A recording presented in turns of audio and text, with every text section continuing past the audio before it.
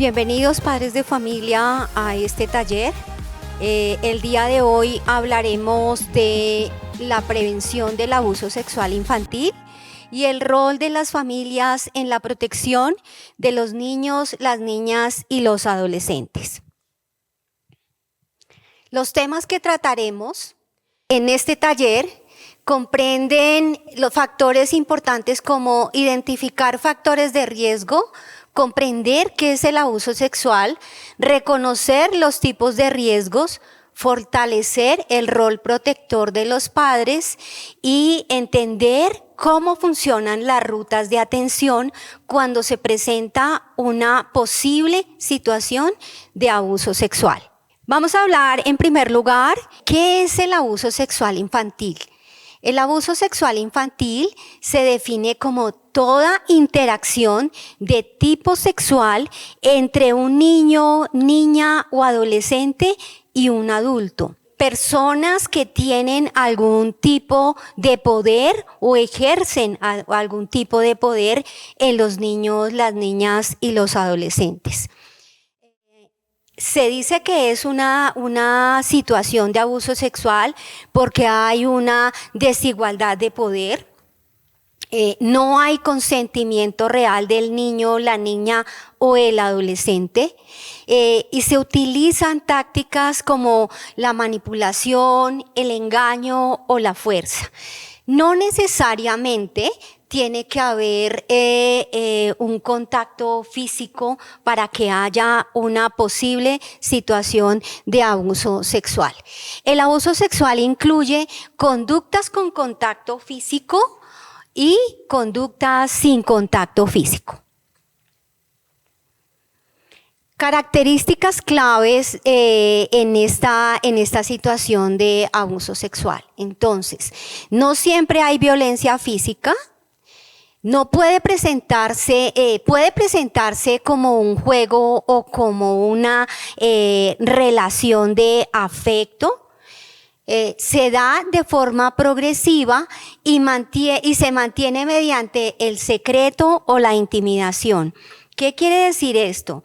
Que cuando el presunto abusador o agresor de un niño, una niña o un adolescente accede a uno de los niños o a su víctima, pues que no necesariamente hay un acto violento, no tiene que haber un acto violento. Se puede presentar a manera de juego, a manera de expresiones de cariño, todo un proceso de seducción en la relación del adulto con el niño. Además de eso, se da de forma progresiva cuando una persona, un posible abusador quiere acceder a un niño, inicia un proceso de manipulación que sigue como unas etapas, o sea, es progresiva, no accede al niño de una vez o directamente, se da todo este proceso de seducción del niño y de envolverlo en todo esto que él quiere lograr con el niño. Se mantiene mediante el secreto y la intimidación. Algunos abusadores amenazan al niño, lo intimidan. Si cuentas, le voy a hacer esto a tu papá o le voy a hacer esto a tu mamá. Si tú cuentas eso, entonces tu mamá se va a poner brava conmigo, su mamá me va a echar de la casa o voy a sufrir mucho. Empiezan a generar toda una manipulación y a través de esta manipulación, que también puede llegar a amenazas a su integridad física, el niño se queda callado.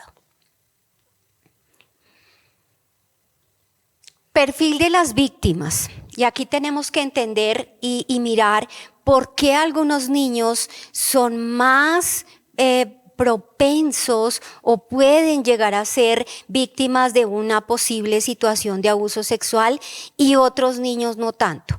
Porque algunos niños son víctimas y otros no tanto. Los niños, digamos que no hay un perfil único, pero sí hay factores que hacen a unos niños mucho más vulnerables que otros, ¿cierto? Entonces está niños con baja autoestima, niños que de repente son incapaces o tienen dificultades mejor para relacionarse, para reconocer sus logros, para reconocerse como una persona con capacidad de decidir. No importa la edad que el niño tenga, el niño siempre tendrá el derecho a decidir sobre el pantalón que se pone, sobre los zapatos que va a usar. Y todo esto fortalece su autoestima. Entonces, niños con baja autoestima, niños con necesidad afectiva, niños que de repente no se sienten queridos, niños que no se sienten protegidos de su entorno familiar, niños que de repente necesitan otras manifestaciones de cariño, y los papás podemos estar creyendo que la forma como les estamos expresando el cariño es suficiente y lo hace sentir bien y seguro, pero no es así. Entonces, niños con carencias afectivas, niños con escasa supervisión. Los niños con escasa supervisión, pues son los niños que tienen acceso a pantallas sin control, son niños que pueden salir libremente a espacios como parques o jardines o sitios de su lugar de residencia donde no hay ningún tipo de control. Niños que permanecen en su celular hasta altas horas de la noche y se comunican con personas que realmente no conocen. Niños a los que se les permite pasar la noche, por ejemplo, ahí ya el papá pierde totalmente la supervisión de su hijo y el control, que se les permite pasar la noche en casa de amigos, en casa de vecinos, o que comparte mucho en otros espacios donde los papás pierden totalmente el control. Confían fácilmente en adultos, entonces son los niños que fácilmente llega una persona a la casa que no conocen y corren y la abrazan, o reciben cosas de personas que habían visto una o dos veces,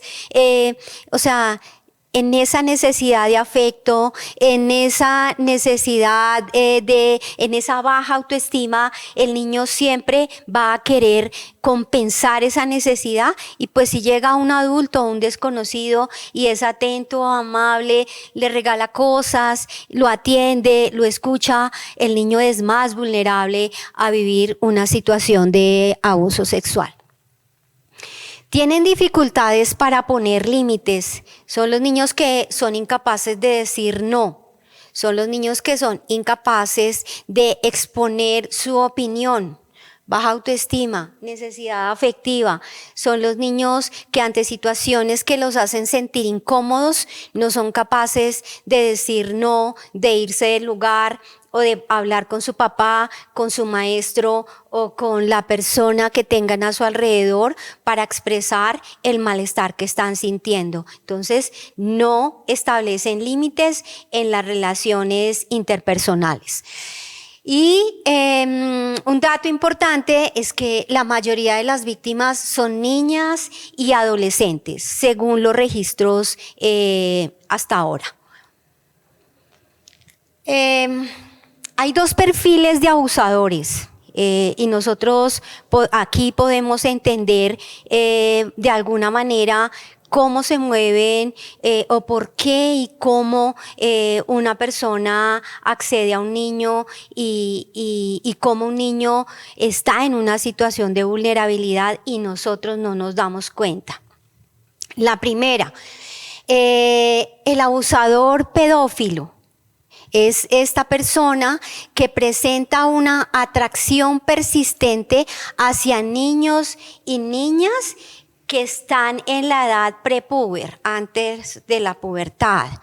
Y el abusador oportunista, ¿cierto? El oportunista es una persona que no necesariamente planifica la situación de abuso, sino que actúa cuando se le presenta la oportunidad, o sea, es oportunista. Y vamos a hablar de esto. ¿Cómo es esa motivación? ¿Cuál es la motivación del pedófilo? Tiene atracción sexual persistente hacia niños y niñas que están en edades antes de la pubertad, 5, 6, 7, 8, 9, 10 años más o menos, ¿cierto? Puede planear o buscar activamente el contacto. Esta persona detecta al niño, ve que es un niño con baja autoestima, que tiene bajo control, que es un niño tímido, no sé, que de pronto le tiene miedo a su papá y a su mamá, que es un niño que no tiene controles. Entonces, él planea. O sea, sistemáticamente planea cómo llegar a ese niño. Se hace amigo de los papás, va al parque donde el niño sale a jugar. O sea, hay una planeación de cómo llegar a este niño, pero primero lo estudia, ¿no? Estudia a su víctima. Y suele acercarse a entornos donde hay menores. Es característico los parques, los sitios donde juegan fútbol y sitios donde hay mucha reunión de niños pequeños. Se encuentran en las experiencias relatadas por niños o por familias que han sido víctimas de situaciones de abuso, que la persona tiende a hacerse primero amigo de la mamá, amigo de la familia, amigo del papá, para poder llegar a este niño, ¿cierto? Y ganar su confianza y empezar a interactuar con el niño. Y el segundo es cómo funciona el abusador oportunista y cuál es su motivación. A diferencia del pedófilo, no tiene preferencia sexual por ningún tipo o edad de los niños, las niñas o los adolescentes.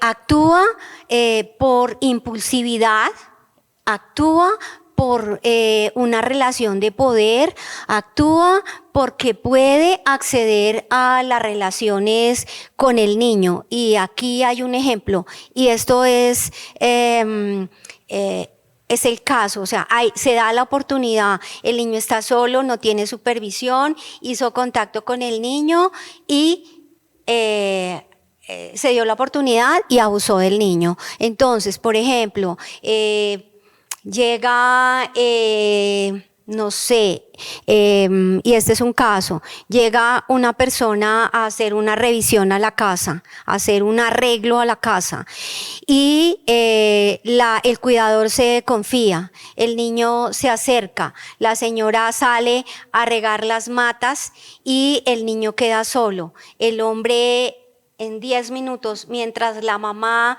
organizó sus matas y la regó allá afuera en el jardín, el hombre abusó del niño de 8 años. Entonces, hay oportunidad, el niño estaba solo, vulnerable y se presentó la situación de abuso sexual. La segunda es según su forma de actuar. Entonces, el pedófilo ya vimos que planifica el abuso, gana la confianza del niño y la familia, aísla progresivamente al niño de su familia porque empieza a entrar a su círculo cercano y usa regalos, afecto y atención. Todo lo que vimos al inicio que el niño no tiene y lo hace vulnerable. Y el segundo, que es el abusador oportunista, actúa cuando hay descuido, cuando el niño está solo, cuando no siempre planifica el evento y aprovecha momentos específicos. Que se ha encontrado también con el abusador oportunista, que una persona puede llegar a abusar de otra sencillamente porque se dio la oportunidad.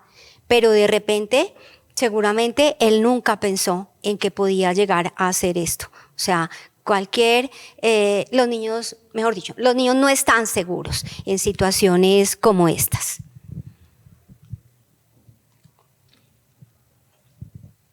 Tipos de abuso sexual. Están los abusos sexuales con contacto, que son los tocamientos, acceso carnal, abusivo y actos sexuales. ¿Sí? Entonces, están todo este tipo de contacto físico donde el niño es accedido de diferentes maneras por el abusador. tocar sus partes íntimas, besar al niño, hacer que el niño toque las partes íntimas de esta persona, el acceso, todas estas conductas abusivas son consideradas obviamente abuso sexual. Y el acceso carnal pues es ya el abuso sexual con penetración y con todo lo que implica un acto sexual abusivo. Y el tipo de abuso sexual sin tocamientos es la exposición del niño a la pornografía, a videos, películas, revistas, fotos, el exhibicionismo, el obligar al niño a que vea el cuerpo de otro o a que el niño muestre su cuerpo, los engaños a través de las redes sociales y las solicitudes de fotos o videos. Aquellas personas que les piden a los niños que manden fotos de sus partes íntimas, haciéndose pasar por, no sé, establecen relaciones de amistad, de noviazgo en redes sociales y piden fotos de sus partes íntimas, les piden que hagan videos y ciertos comportamientos con contenido sexual que son considerados abuso sexual.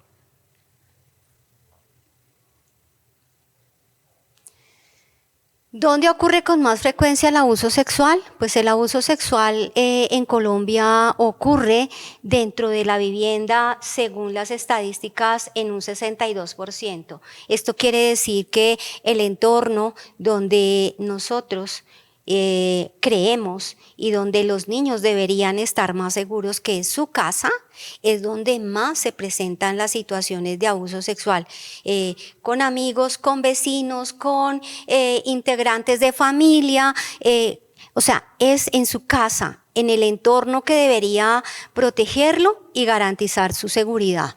Y en entornos educativos, no necesariamente el colegio, sino en las escuelas de fútbol, en los sitios donde tienen algún tipo de congregación juvenil, infantil, son los entornos donde se producen o se reportan mayores situaciones de abuso sexual. Es decir, que el entorno familiar no está siendo tan seguro para los niños y las niñas.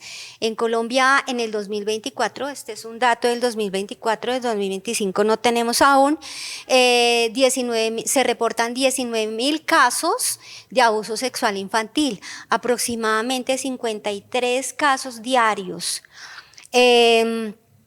5.889 exámenes por presunto delito sexual en las unidades de salud, de fiscalía, de medicina legal. La violencia sexual es una de las principales causas de ingreso a protección del ICBF. El 85% de las víctimas son niñas y esto no quiere decir que los niños no estén siendo víctimas de abuso sexual también.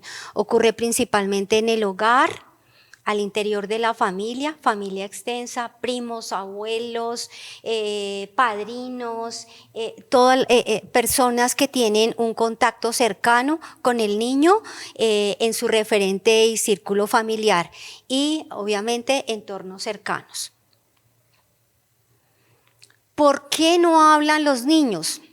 Pues los niños no hablan porque son intimidados, porque les da miedo, porque el abuso sexual genera culpa, porque hay amenazas, intimidación y porque el niño está confundido, el niño se confunde, el niño no entiende esas demostraciones que en algún momento aparecen como cariño, pero después terminan siendo intimidación, pero también hay una manipulación afectiva, el niño no entiende lo que está pasando y sencillamente no lo comenta.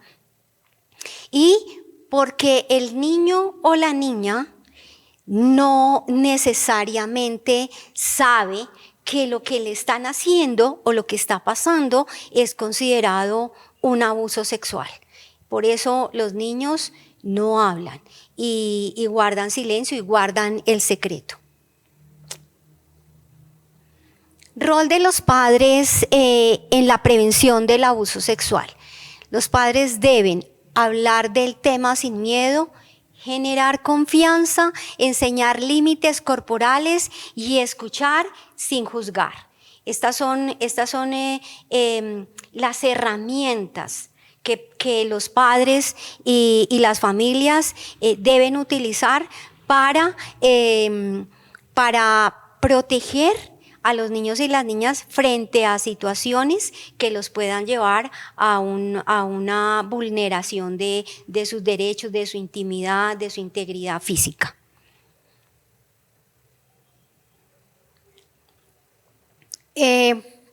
Aquí hay unos mensajes claves importantes de tener en cuenta. Primero, los padres le deben decir a sus hijos que su cuerpo es suyo.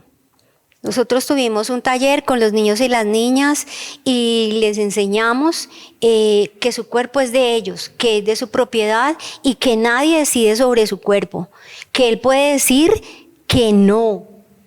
Cuando haya una situación en la cual él no se sienta cómodo, él sienta que eso que le están haciendo no está bien, él puede decir que no. Pero cuando un niño sabe cuándo decir que no o cuándo decir que sí, cuando nosotros le enseñamos cuándo decir que no. Y entonces les enseñamos que su cuerpo es suyo, que tiene unas partes íntimas, que las partes íntimas de los niños, las niñas, los adolescentes y cualquier persona en el mundo son su boca, sus senos en el caso de las niñas, las tetillas en el caso de los niños, sus órganos genitales y su ano.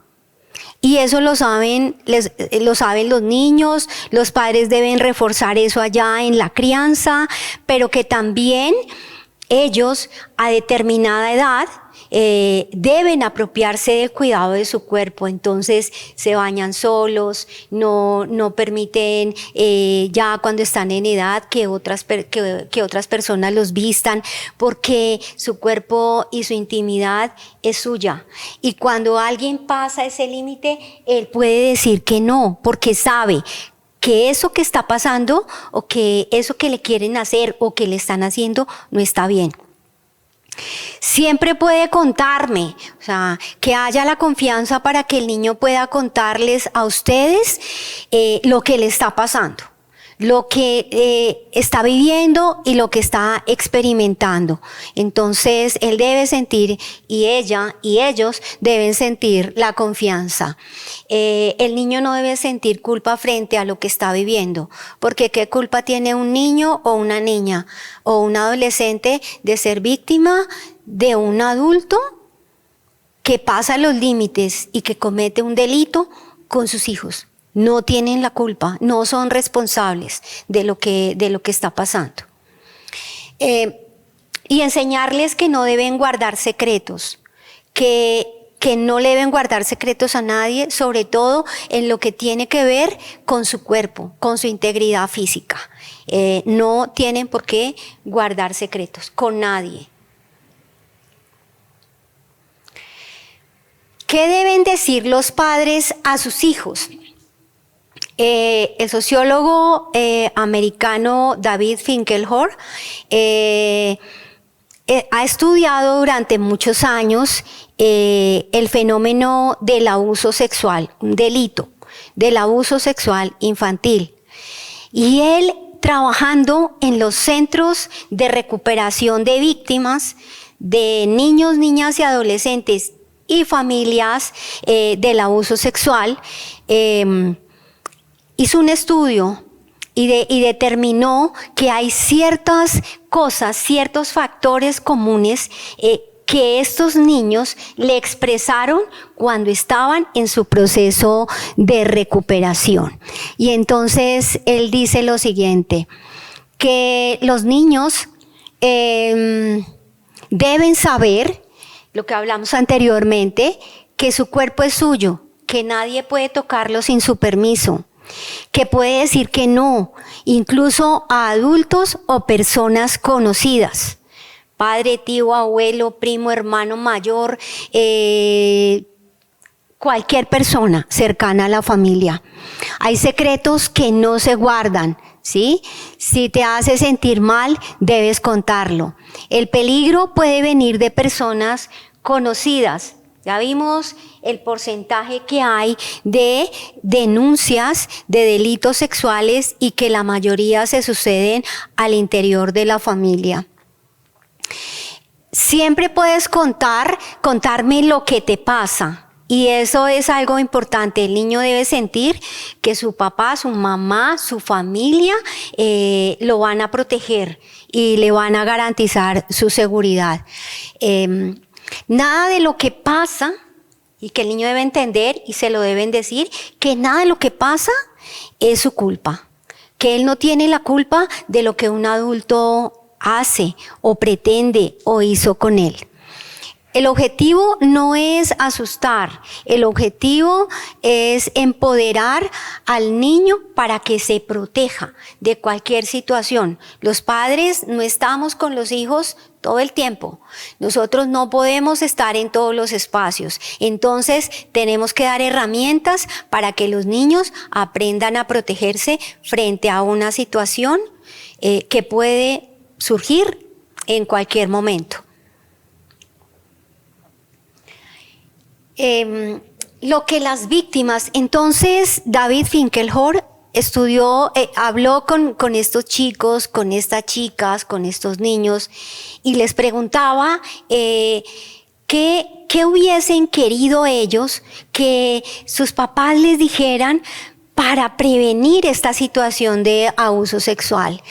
Y salieron estos aspectos fundamentales. Primero, que eso que estaba pasando no era normal, que eso que estaba haciendo el tío, el primo, el abuelo, el conocido, el pariente, eso que les estaba haciendo no era normal, ¿sí? Muchos niños no identifican el abuso porque no saben nada del tema, entonces ellos creen que un tocamiento, un beso, una mirada, una exposición es normal y no es normal.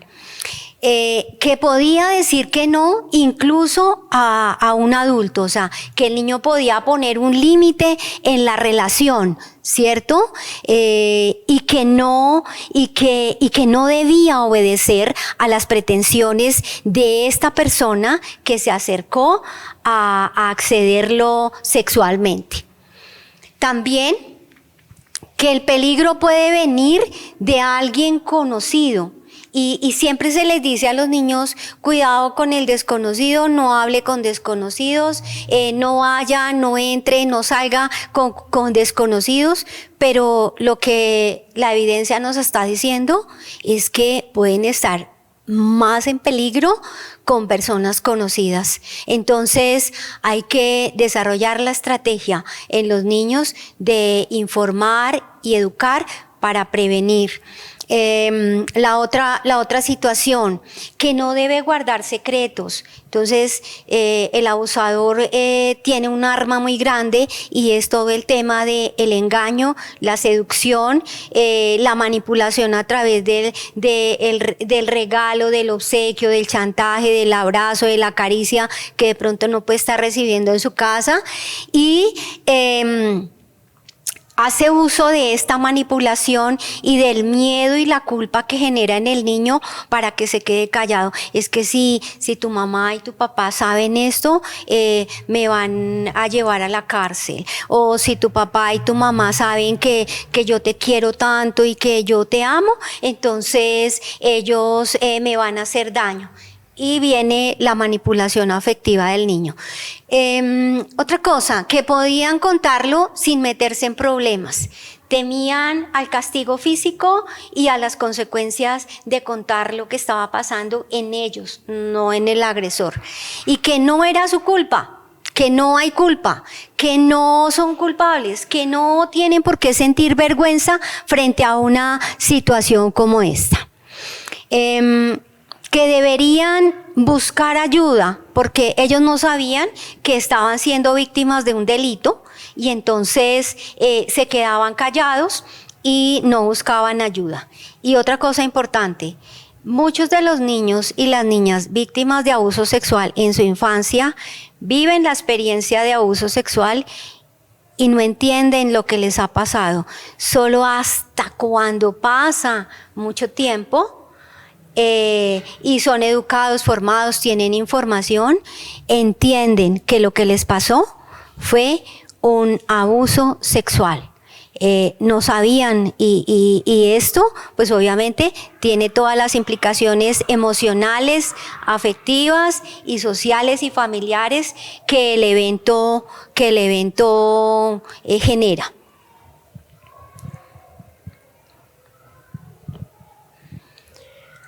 Hay un sustento legal que obliga, o sea, hay unas leyes y vamos a hablar de este tema porque el colegio es garante de derechos de los niños y las niñas. El colegio debe ser y es un espacio seguro para los niños y las niñas y el colegio debe garantizar que una situación como esta sea prevenida, ¿cierto? Entonces hay leyes que obligan a los colegios, a este y a todos los colegios en este país, a garantizar que los niños en primer lugar, hacer prevención frente al abuso sexual infantil. La ley 1146 de 2007 obliga a los colegios a hacer prevención. ¿Y qué le exige al colegio? Le exige al colegio implementar acciones de prevención a través de enseñar autoprotección, detectar señales de alerta y denunciar la sospecha. O sea, ni siquiera el que el niño lo diga, sino si hay una sospecha.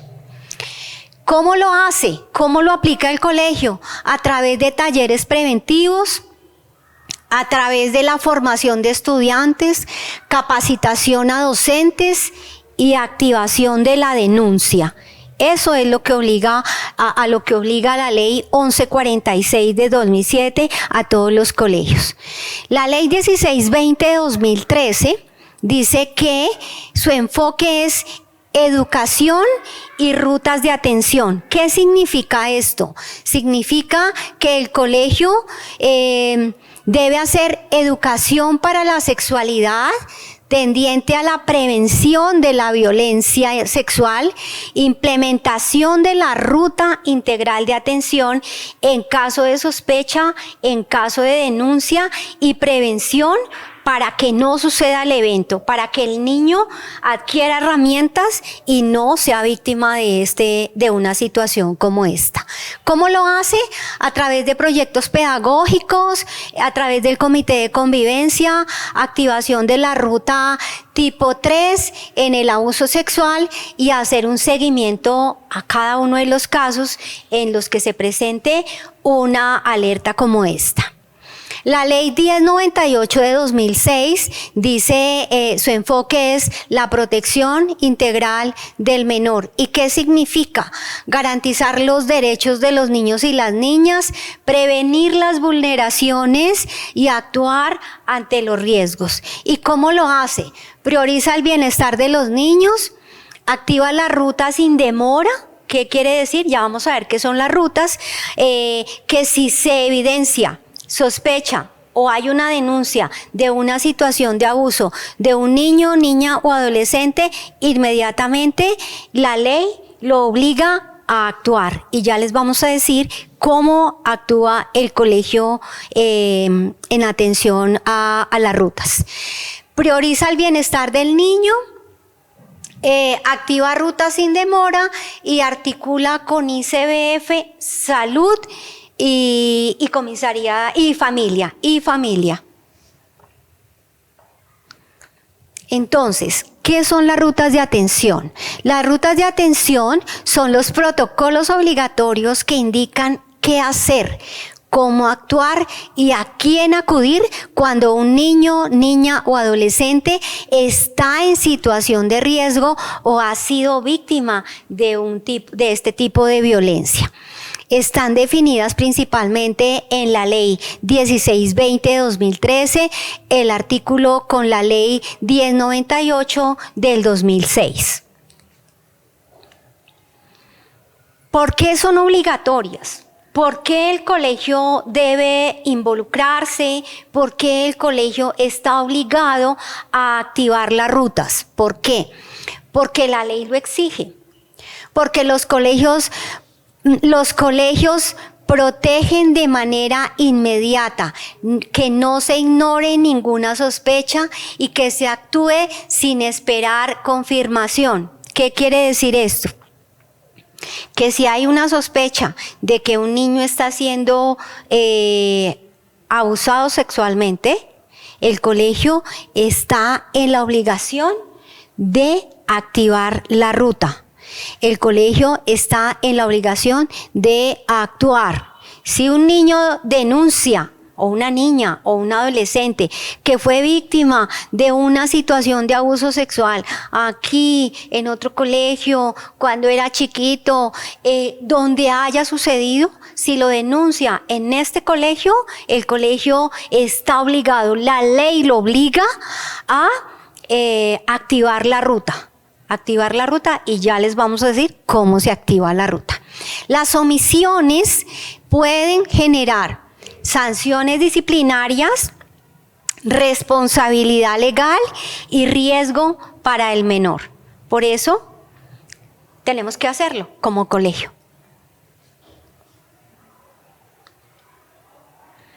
¿Cuándo se deben activar las rutas?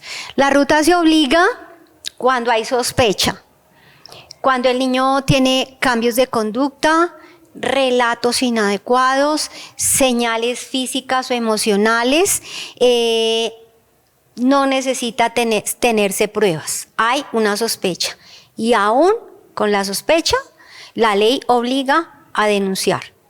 Si hay una sospecha, el colegio hace lo que la ley lo obliga a hacer y no está sucediendo nada, no.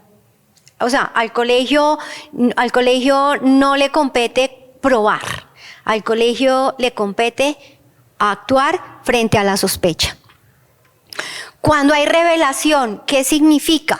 Que el niño le cuenta a alguien, que el niño cuenta directamente que ha sido víctima de un abuso sexual, que está siendo víctima de abuso sexual, al maestro, al compañerito, al rector, al coordinador.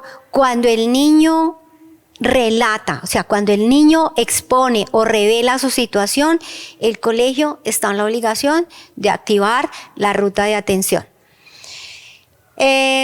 Y evidencias pues son los indicadores claros de abuso y violencia y se activa inmediatamente la ruta de atención.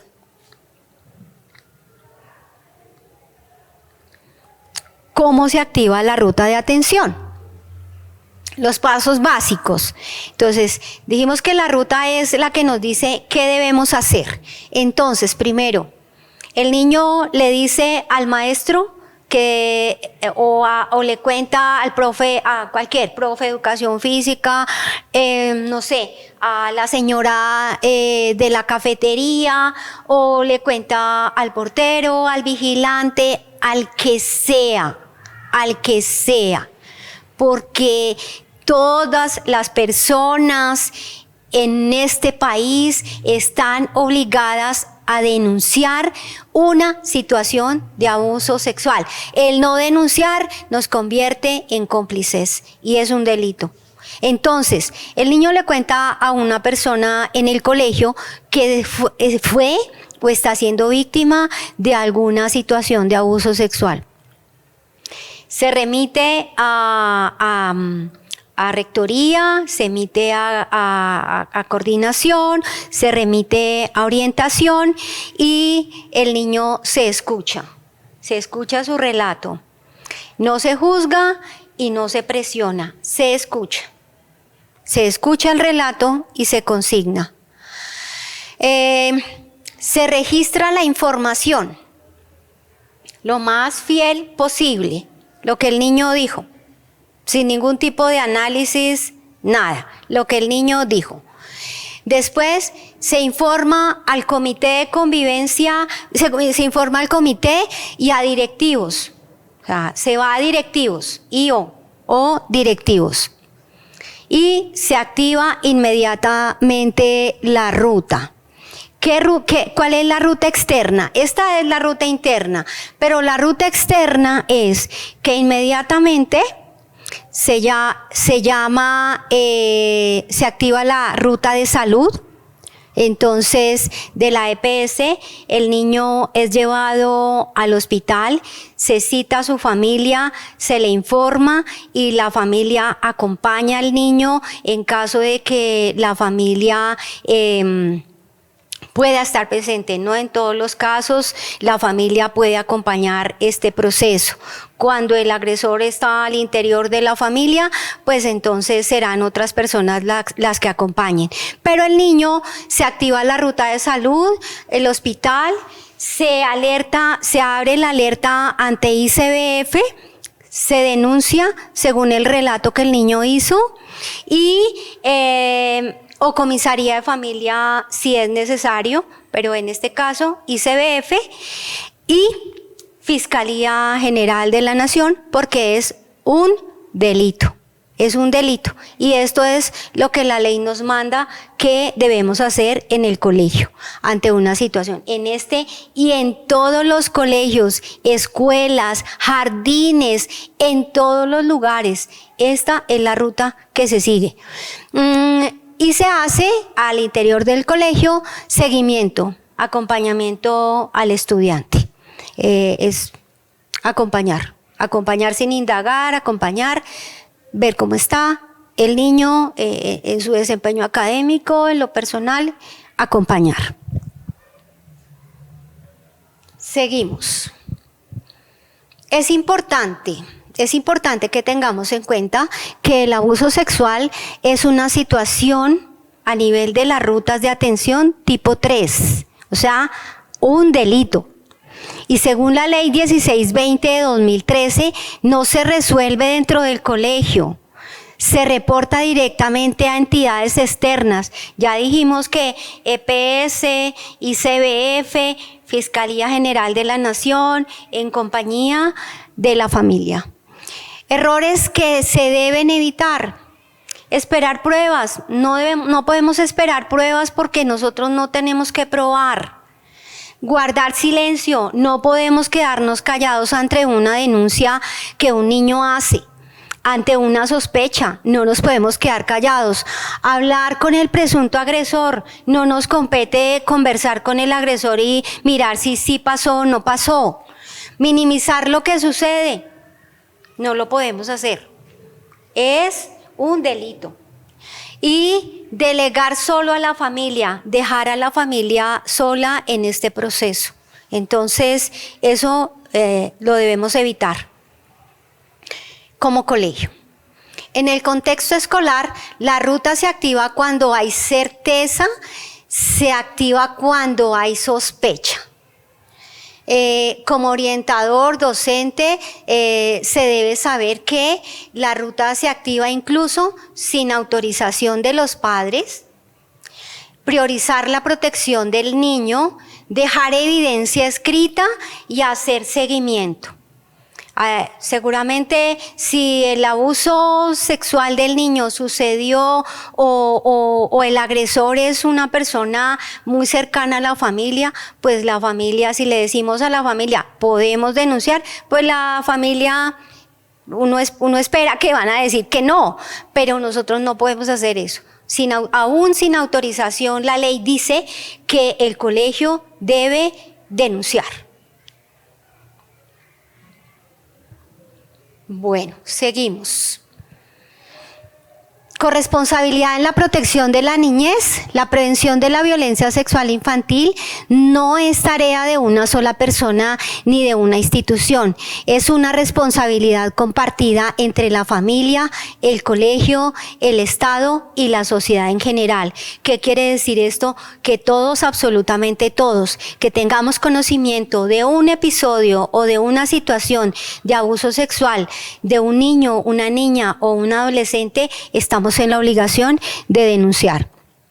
La Constitución Política de Colombia lo establece de manera explícita en su artículo 44, donde señala que la familia, la sociedad y el Estado tienen la obligación de asistir y proteger al niño para garantizar su desarrollo armónico e integral. ¿Esto qué significa? Que la familia educa, escucha y protege.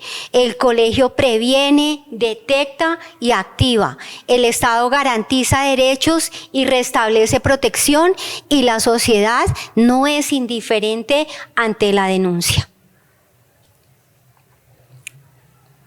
Más allá de la ley, no se trata solo de cumplir con la norma, se trata de un deber moral y ético. Proteger a un niño es proteger su dignidad, su vida y su futuro. Cuando un niño es vulnerado, fallamos todos, pero cuando un niño es protegido, también es gracias a todos. Bueno. Agradezco a ustedes la participación en este taller. Espero que tengan información y herramientas para proteger a los niños y las niñas, a sus hijos, a esos tesoros que Dios les dio, para que no sean víctimas de una situación como esta. Un abrazo.